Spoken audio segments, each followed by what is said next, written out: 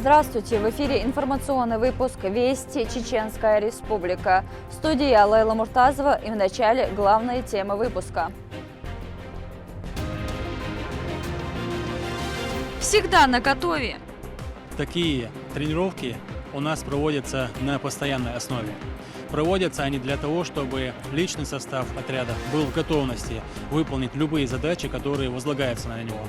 В рамках празднования Дня создания подразделений боевой подготовки Росгвардии прошли масштабные учения. О профессионалах своего дела расскажет наш корреспондент. Научное испытание. Дети, которые будут идти вперед. То есть это означает, что они станут хорошими специалистами. Более 100 школьников Чеченской Республики приняли участие в Олимпиаде по биологии. В Курчалойском районе ведутся работы по строительству солнечной электростанции. Какую мощность будет вырабатывать объект, смотрите в нашем выпуске.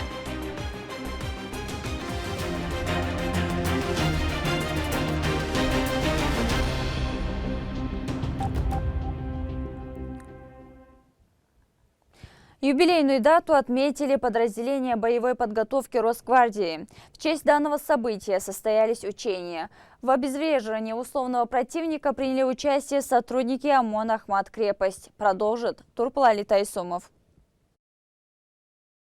Двое террористов удерживают 10 заложников на борту самолета Як-42 на территории аэропорта Грозный имени Героя России Ахмата Хаджи Кадырова. Они требуют выкуп и воздушный коридор для того, чтобы покинуть республику, иначе грозят убить всех мирных пассажиров. Чтобы этого не произошло в реальности, по описанной легенде, военнослужащие ОМОН Ахмат-Крепость на транспорте Управления Росгвардии по субъекту провели учения, приуроченные к 110-летию образования подразделений боевой подготовки Росгвардии. Командир отряда майор полиции Абдул-Керим Кадыров наблюдает за ходом операции. В условном захвате росгвардейцы убеждают их сложить оружие. Дайте забрать раненого. Однако боевики не идут мирным путем. Пришлось солдатам продолжить беседу, но уже альтернативными мерами. С захватчиками вели переговоры, отвлекая их внимание, и по команде начали выводить заложников и одного захваченного террориста. В результате один нападавший уничтожен, а потерь среди бойцов нет. Шторм прошел удачно. Это показатель высокого профессионализма от каждого представителя элитного подразделения армии. Так происходит и в реальности в ходе выполнения задач специальной военной операции. А в этот раз задание было тренировочным, но важным. По боевой подготовке, по плану боевой подготовки ОМОН Ахмат-Крепость, такие тренировки у нас проводятся на постоянной основе. Проводятся они для того, чтобы личный состав отряда был в готовности выполнить любые задачи, которые возлагаются на него. Обучение бойцов для оттачивания всех физических и огневых показателей проходит в самых современных условиях. Ежедневно они выполняют комплекс упражнений, чтобы быть готовыми вступить в бой с неприятелем в любой ситуации. Теоретические занятия проводятся у нас непосредственно в учебном классе. Спортивные подготовительные процессы проводятся в спортзале. Огневая подготовка и элементы подготовки проводятся непосредственно в тире, где мы сейчас с вами находимся. Это все предупреждает возникновение реальных чрезвычайных ситуаций, которые могут окончиться печально. Тренировки проходят с большой частотой и разными локациями. Турпалали Тайсумов, Сайтимин Мусаев и Магомед Тутаков. Вести. Чеченская Республика. Рамзан Кадыров в своем телеграм-канале сообщил о результатах очередной успешной операции спецназа «Ахмат». Подразделения из Чеченской Республики совместно с 4-й бригадой Министерства обороны Российской Федерации в Донецкой Народной Республике были захвачены в плен двое военнослужащих вооруженных сил Украины. Они находятся в хорошем состоянии и отмечают гуманное обращение с российской стороны. Глава региона подчеркнул, что наша армия не ведет войну с безоружными и призвал тех, кто еще воюет, сдаться в плен, чтобы сохранить жизнь. При любом раскладе, что бы вы ни делали, понятное дело, что война для Украины, она уже проиграна. Но сам факт, какой ценой? Реально ваши хозяева, Европа, Америка, они везде озвучивали изначально, что будут воевать до последнего украинца. Вот и встает вопрос. Война закончится до того, как они последнего украинца оприходуют, или она закончится раньше? Вот где суть. Я думаю, что раньше закончится. Ну, я тоже думаю, что в этом году уже война, она однозначно закончится. Ну и вы, каждый, потом вернетесь домой. Вам, что ни говори, вы будете уже жить своей жизнью. И в этом случае получается как раз вопрос-то, кто из нас в каком свете потом будет выглядеть друг перед другом. Все равно наша сторона, то, что мы пленных не расстреливали, не убирали, не убивали, не уничтожали, никаким образом над ними не издевались, все равно я считаю, что мы в этом вопросе намного честнее, чем кто бы то ни был. Да, я сам убедился в этом. Ну, видишь как. Так, ну что, для тех вот, кто находится на той стороне, вот что я могу сказать. Вы видите ваших товарищей. Они живы, здоровы, никто их не бьет, не убивает. До тех пор, пока у них в руках оружие и они сражаются, они являются нашими врагами. Как только они сдались в плен, с этого момента они перестают быть таковыми.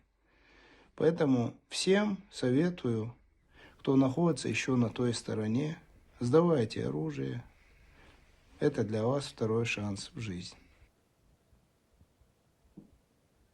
Состоялся практический тур регионального этапа Всероссийской олимпиады по биологии. Учащиеся различных общеобразовательных учреждений региона проверили свои знания в этой области. Само испытание продлится 2 недели. Обо всем по порядку в сюжете моей коллеги. На протяжении 2 дней обучающиеся 9, 10 и 11 классов погружались в увлекательный мир биологии. Первый день Олимпиады был посвящен теоретической подготовке, где они изучали различные аспекты науки, а на втором применяли полученные знания на практике, выполняя задания, которые требовали еще и творческого мышления. Хочу отметить, что у нас мероприятия, связанные с Всероссийской школьной олимпиадой, она имеет такой особый смысл. Эти дети, которые сейчас себя проявляют, они, можно сказать, практически в будущем уже дети, которые будут идти вперед.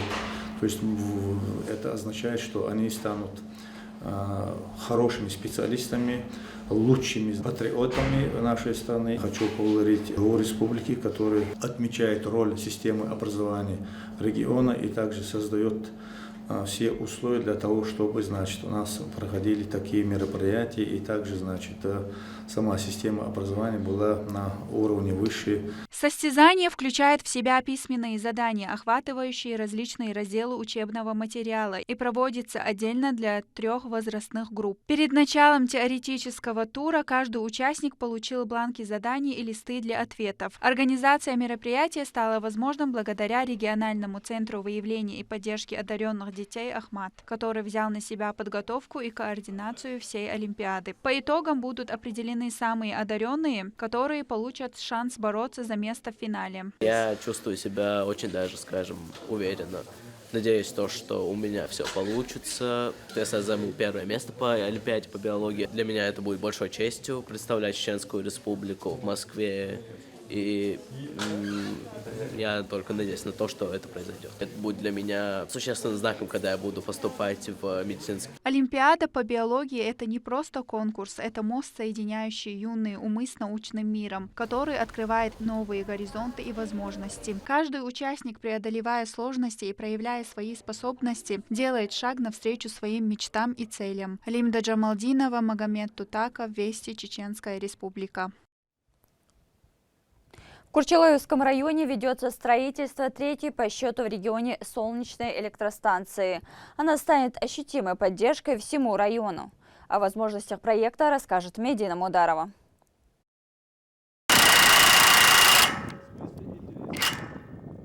На окраине селения Исхан-Юрт вовсю идут работы по возведению уже 3-й по счету солнечной электростанции мощностью 25 мегаватт. Территория застройки составляет 55 гектаров. На объекте ежедневно трудится порядка 40 человек и 10 единиц техники. Солнечная электростанция в Курчелоевском районе станет самой крупной в республике. Она позволит вырабатывать более 30 миллионов киловатт в час ежегодно. Этого объема достаточно, чтобы снабжать 25 тысяч домохозяйств. Строительство здания центрального пульта управления уже завершилось. Осталось возвести 5 инвенторных станций. Они нужны для превращения энергии солнца в электричество, которое мы и используем. Фундаменты для них уже готовы. Также на объекте смонтированы практически все металлоконструкции для крепления панелей. Их будет около 46 тысяч. Особенность этой солнечной станции, что это трекерная система, и в зависимости от положения Солнца на небесном своде солнечные панели поворачиваются к Солнцу, чтобы получить максимальное количество солнечного излучения и, соответственно, быть максимально эффективным в энерговыработке. Строительством занимается одна из крупнейших в России компаний в области возобновляемой энергетики. Инвестором является компания Unigreen Power. Они инвестировали более 2,5 миллиарда рублей. Создали рабочих мест во время строительства 100 человек, и уже после ввода эксплуатации планируется создать еще 20 рабочих мест. Данный проект – это крупный инвестиционный проект, пойдет на пользу как для нашего района, так и для республики в целом. Отметим, что первую солнечную электростанцию в регионе мощностью 5 мегаватт ввели в эксплуатацию в Наурском районе. Еще одну мощностью в 10 мегаватт начали строить в Очхой-Мартановском районе в 2021 году. В перспективе благодаря станциям возможно уменьшение цен на электроэнергию, что может стать большим плюсом для экономики республики. Медина Мударова, Хусейн Мурдаханов, Магомед Бараханов, Вести, Чеченская республика. К этому часу это все события. Еще больше новостей вы можете узнать на наших социальных платформах. С вами была Лейла Муртазова. До новых встреч в эфире.